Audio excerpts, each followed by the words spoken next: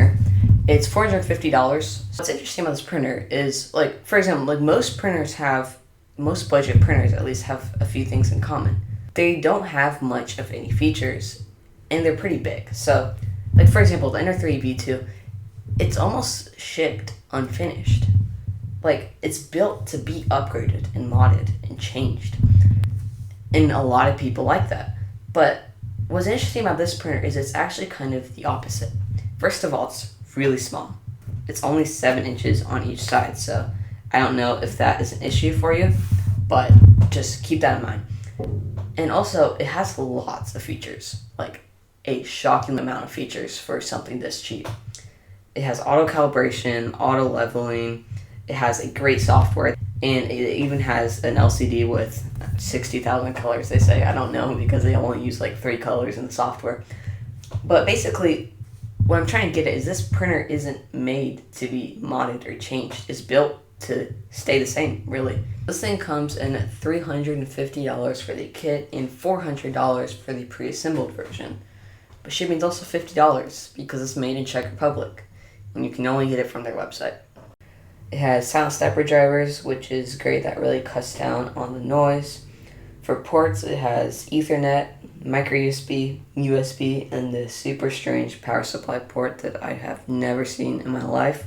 It also has this nice LCD display. It's not touchscreen, but it uses this little knob right here, and it's honestly kind of nice. I kind of like it. Speaking of the touchscreen, let's talk about the software. So the software is really nice. It's very intuitive. It looks great, and it's really easy to use. Like, this is my first printer I've ever bought, and I had no trouble getting started with the software. It has auto calibration built into the software. They even display a little 3D model of your print on the print bed before you print it, which is kind of nice, just in case you accidentally export something in inches instead of millimeters. It also has a magnetic bendable heat bed, which is really nice. It makes removing the prints from the heat bed very easy. But one of the first things you have to notice about this 3D printer is this hanging x-axis.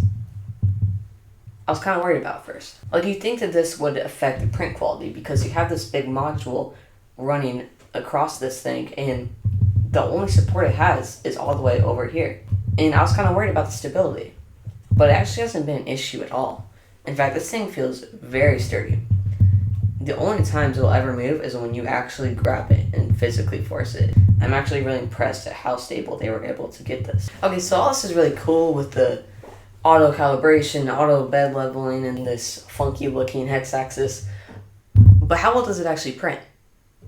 And the answer is really good. In fact, I'd say that's one of the best parts about this whole printer, just the sheer print quality that's able to produce. It also has good bed adhesion and very good overhangs. Here's a benchy that I printed. In fact, I actually printed this benchy before I did any sort of calibration or any adjusting.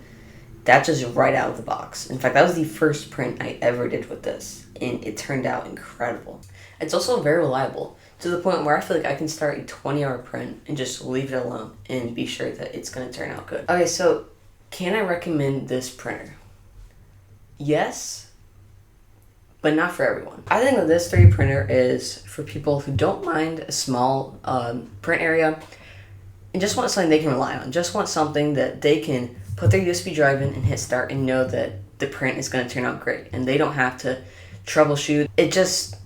It's very reliable, and it's really a plug and play.